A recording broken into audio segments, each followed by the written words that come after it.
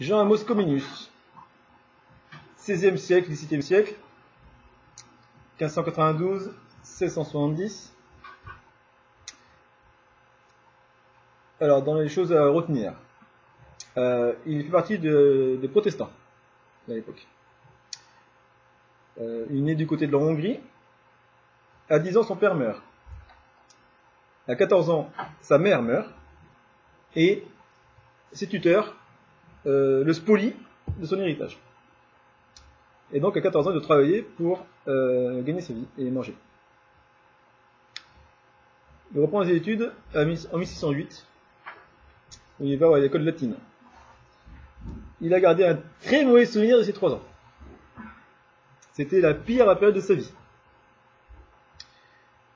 C'est peut-être ça qui explique ensuite toute la réforme d'enseignement qu'il va vouloir mener. En 1611, il est à l'université calviniste, donc chez les protestants toujours, en Allemagne. En 1612, donc il a 20 ans, il présente ses thèses de doctorat. Et il sera à Amsterdam, puis à Heidelberg. Ensuite, il étudie la théologie. Il retourne à pied chez lui. En 1616, donc il a 24 ans, il prend la direction d'une école, pour les besoins de laquelle il compose son premier livre, Règles pour une grammaire plus facile. 2 ans plus tard, il prend la tête de la cure et de l'école, d'une des plus importantes écoles des frères moraves, qui sont une partie protestante. Alors là, il épouse sa première épouse, ils ont 2 enfants ensemble. On est en pleine époque des guerres de religion, donc il y a une persécution des catholiques contre les protestants. Donc là, les Espagnols envahissent la ville. Comenius est obligé de fuir, sans revoir sa femme et sa fille. Toutes les 3 mourront de la peste, sans l'avoir jamais revu. Donc il perd sa maison, son pays, sa bibliothèque, ses manuscrits. Et il erre un peu partout, tout en continuant d'écrire beaucoup. On a relevé presque 626 œuvres dans toute sa vie. Il se remarie en 1624 et en 1628, donc les protestants sont déclarés hérétiques par l'Église catholique. Et donc là, il émigre en Pologne, où il devient maître d'école. Et c'est là qu'il commence à s'intéresser vraiment à la pédagogie. En 1631, il écrit une méthode pédagogique, une méthode nouvelle, pour une étude rapide et facile des langues.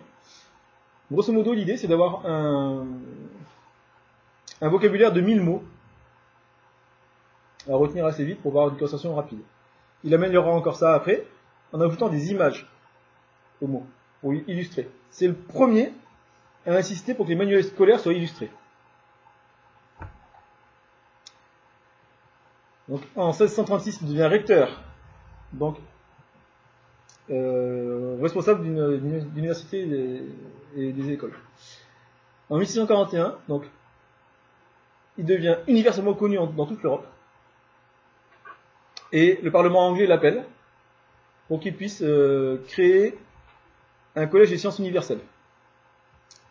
Bon alors, les troubles politiques font qu'il ne pourra pas y aller, mais il sera appelé dans différents pays d'Europe, et notamment la Suède, qui l'invite en 1642 à aller réformer les écoles.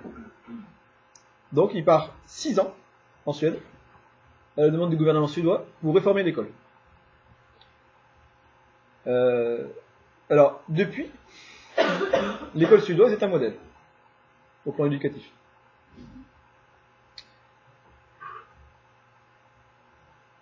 Deux ans plus tard, donc en 1650, il accepte la mission de réformer les écoles hongroises. Donc il retourne chez lui. Alors pendant 4 ans, il essaye de mettre en place ces idées pédagogiques. Bon, alors, il y a des résistances, il n'arrive pas toujours à les lever. Et puis pendant tout ce temps-là, il a mûri une grande idée qu'il appelle la pansophie. Alors ce terme-là est inventé par lui. Donc c'est toute la sagesse. Pan, la totalité, Sophia, la sagesse.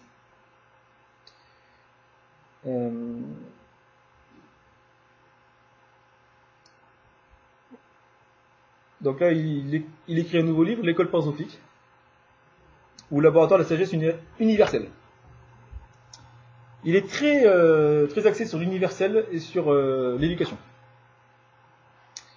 En 1652, la ville est pillée par les Suédois, encore des étrangers qui arrivaient. Il doit de nouveau s'enfuir, il perd toujours sa bibliothèque, sa documentation. Et là, il repart à Amsterdam pour continuer de réformer l'éducation. Alors évidemment, ça résiste. Ça résiste aussi bien au plan des élèves que des enseignants. Alors il écrit pour le convaincre encore plein d'ouvrages destinés à convaincre. Notamment un, Fortius Redivivus, ou de l'expulsion de l'indolence des écoles. L'indolence, on va dire ça à la flemme. Hein.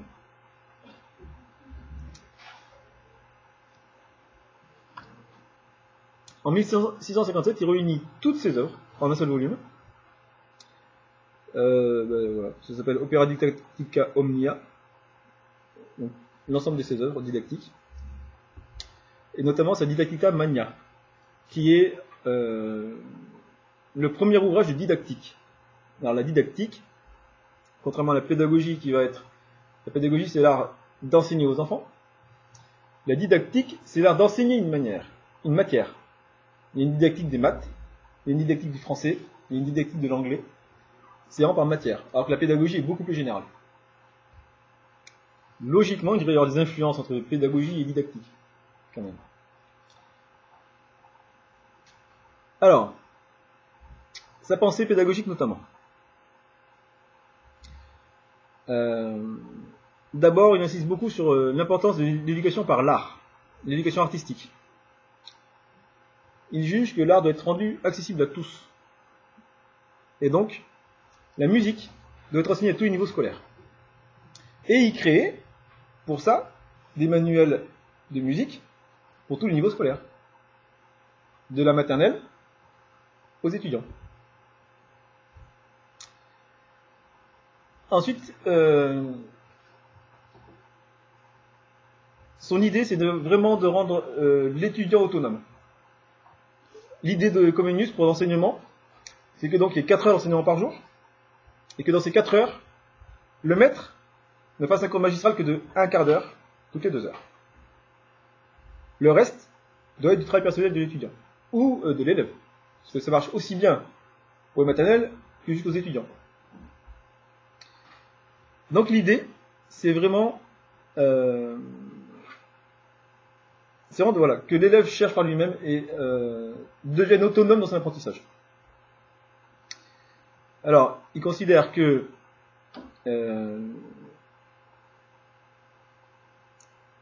voilà, il veut amener les élèves à ne rien demander sans avoir réfléchi, à ne rien croire sans avoir pensé, à ne rien faire sans avoir jugé, mais à faire ce qu'on sait être bon, vrai et utile. Comenius considère que la liberté et la joie de vivre sont un état légitime de l'homme, et c'est ce à quoi il doit tendre. Donc l'éducation doit tendre vers la joie de vivre et la liberté. Il ne s'agit pas seulement de remplir l'esprit de l'élève, il s'agit aussi, c'est le premier à dire qu'il faut aussi enseigner l'histoire, la géographie, et pas seulement la lecture et le latin. On le surnomme le Galilée de l'éducation, c'est-à-dire que c'est une révolution complète. Donc pour lui, il faut... alors, il n'hésite jamais à aller visiter la ville avec les élèves pour que les élèves se rendent compte de ce que vivent les gens. Il préfère à l'école organisée mais morte des livres Comenius préfère l'école buissonnière mais vivante, des hêtres et des chênes. C'est comme ça qu'il l'écrit. Donc il faut procéder par étapes, examiner par soi-même, sans abdiquer sa pensée par rapport à l'autorité de l'adulte. Agir par soi-même. Ensuite, dans les sciences, donc il les classe aussi. Donc, en premier, les sciences de la nature, ce qu'on appelle maintenant les sciences de la vie de la Terre. Puis, seulement la philosophie après. Et puis, alors, théologie, parce que c'est un croyant aussi. De toute façon, à l'époque, on ne peut pas ne pas être croyant. On est soit protestant, soit orthodoxe. Soit catholique, soit protestant. Alors, les juifs ont un statut à part déjà. On les considère un peu comme des étrangers chez nous. Mais donc, il n'existe pas de personne athée à l'époque de Comenius. Donc, l'enseignement est effectivement toujours religieux. Et donc, la théologie, qui est la science de Dieu, c'est ce qui va être étudié en dernier après la philo.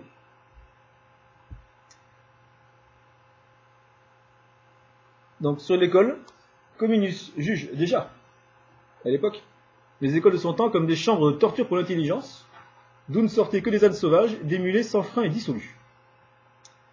Donc déjà à l'époque, la réforme est urgente. Et il faut faire des écoles, des ateliers de l'humanité. Il faut... et donc, l'école doit aussi apprendre la vie. On doit avoir des savoirs et connaître la vie. Donc effectivement, étudier la nature dans la nature, par exemple, etc. Alors c'est le premier qui va proposer 4 niveaux scolaires, pour lesquels, encore une fois, à chaque fois, il proposera des manuels scolaires qu'il écrira lui-même. Donc l'école maternelle, c'est le premier à parler d'école maternelle. Entre 3 et 6 ans, déjà. Et là, donc, il écrit un livre. L'idée, c'est d'indiquer dans ce livre toutes les notions que l'enfant doit acquérir pour cet âge-là, entre 3 et 6 ans. Il a une pensée vraiment globale, et il pense réellement l'éducation. Il fait un programme éducatif, de la première année de maternelle au doctorat.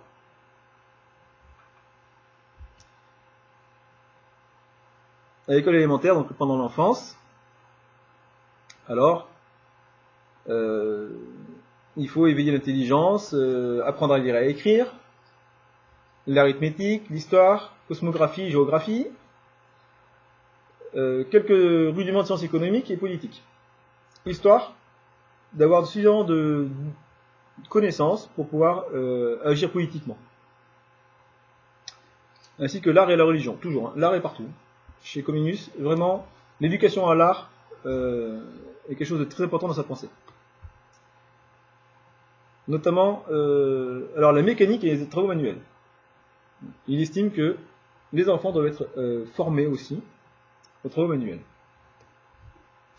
Pour le lycée, alors, vous voyez, pour lui c'est les 12-18 ans. Donc on est limite collège-lycée.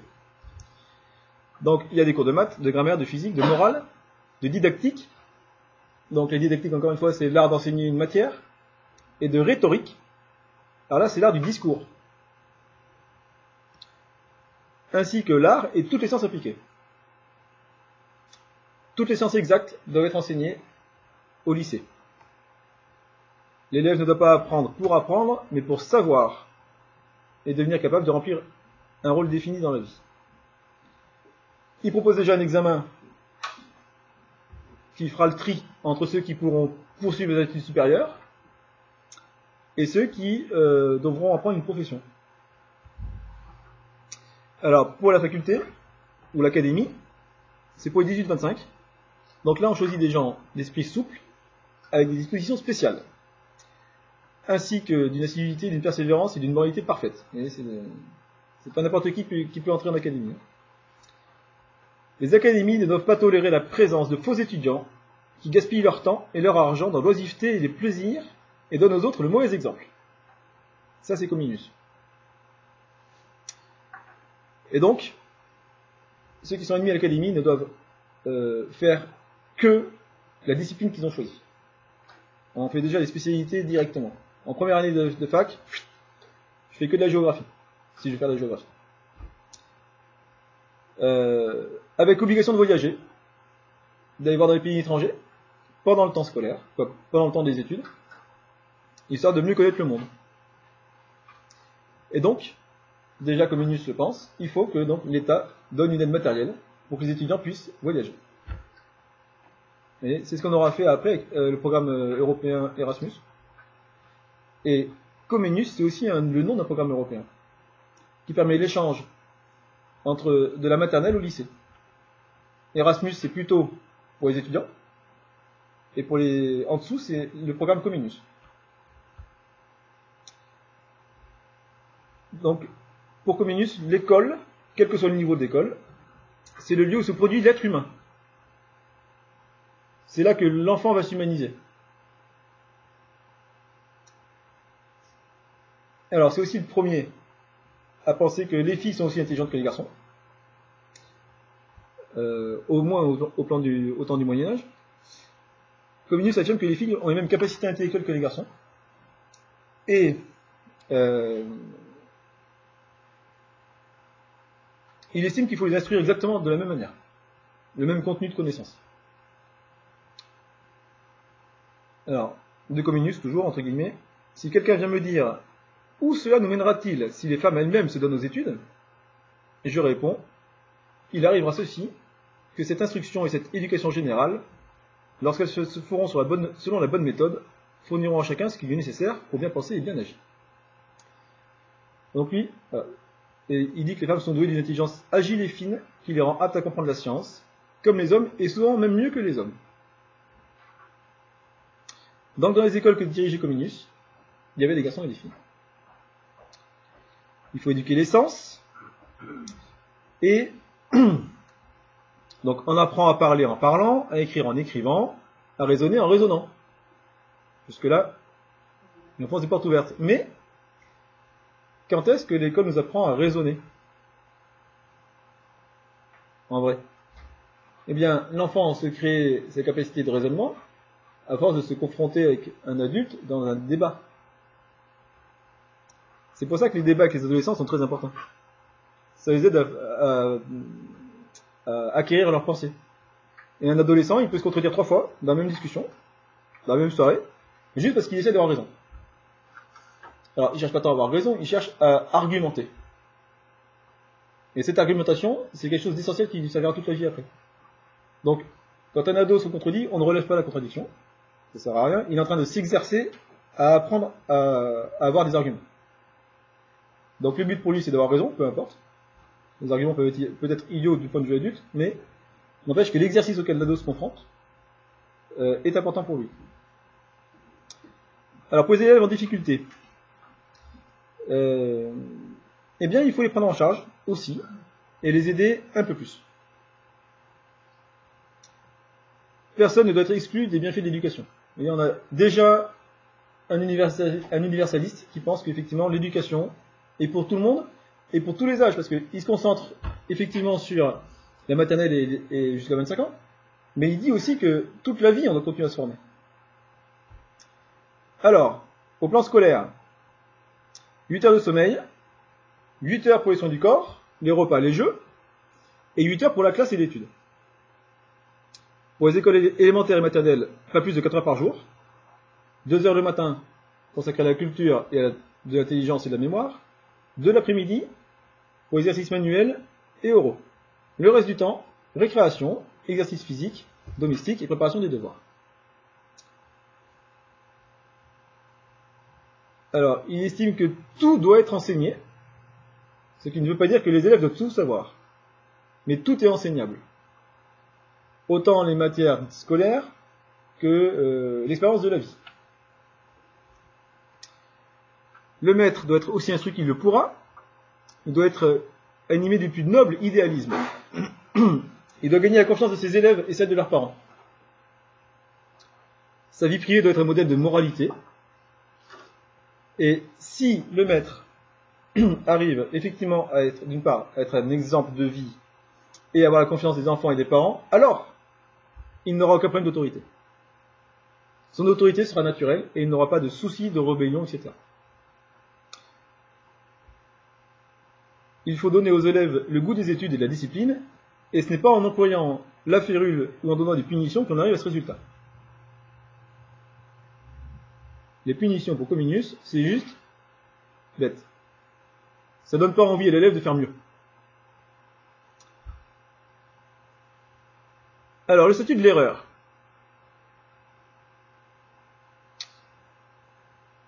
Eh bien, encore une fois, l'erreur est pédagogique. Pour Comenius, c'est un des premiers. Donc, l'erreur est pédagogique, mais à la fin, dans son raisonnement, il ne doit plus y avoir d'erreur. Une fois devenu adulte, le raisonnement doit être juste et sans erreur. Alors, un des grands parcoureurs de l'Europe, donc qu'on estime qu'un des fondateurs de l'Europe aussi. Formation continue, voilà. Alors sur l'image et le jeu, parce que ça, vous voyez, on se demande toujours, mais qui dit que le jeu est un des moyens éducatifs privilégiés? Eh bien, Comenius le dit, déjà. L'enseignant doit éveiller l'intérêt de l'élève. Donc il préconise l'utilisation de l'image, déjà, et du jeu.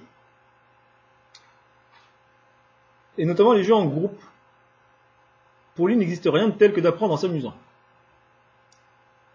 Pour lui, la contrainte n'est nécessaire à l'enfant pour apprendre, n'est pas nécessaire. Il désire naturellement apprendre. Mais si en plus j'utilise le jeu, alors là, ça le fait. Alors lui, il était pour qu'on n'utilise pas le latin à l'école. Ce qui était une révolution aussi à l'époque, hein, parce que tout l'enseignement était fait en latin. Lui, il pense qu'on doit apprendre la langue du pays, et mieux que ça, il rêve d'une langue universelle. Mais il n'a pas créé cette langue-là encore. Hein. Alors on a tenté de créer cette langue universelle. Hein. Comment ça s'appelle déjà? L'espéranto. L'espéranto, c'est une langue créée artificiellement, dont le but est qu'elle soit rendue universelle et que tout le monde la parle. Il ferait un langage commun à toute l'humanité. Mais c'est pas encore beaucoup enseigné quand même. Alors, pour Comenius, on ne peut pas décider avant au moins 14-15 ans d'une orientation scolaire, parce que l'intelligence n'est pas encore bien faite. Donc vous voyez, on a déjà cette idée qu'on retrouvera en France après, avec le collège général, où finalement l'orientation se fait après le collège. On est à 13-14 ans. Hein. On a repris ces idées. Hein. L'orientation se fait en fin de troisième, vers le technique ou général. Et par contre, pendant toutes ces années, le maître observe les enfants et voit un peu, selon la manière d'agir et d'être, ce à quoi ils peuvent tendre. Donc il y en a qui seront peut-être plus tentés par la carrière militaire, d'autres par l'enseignement, d'autres par la carrière civile, etc. D'autres pour la médecine, etc. Et donc l'idée c'est qu'on repère déjà un petit peu, mais on prend le temps de le faire. C'est pas à 10 ans qu'on dit tiens, tu feras tel métier.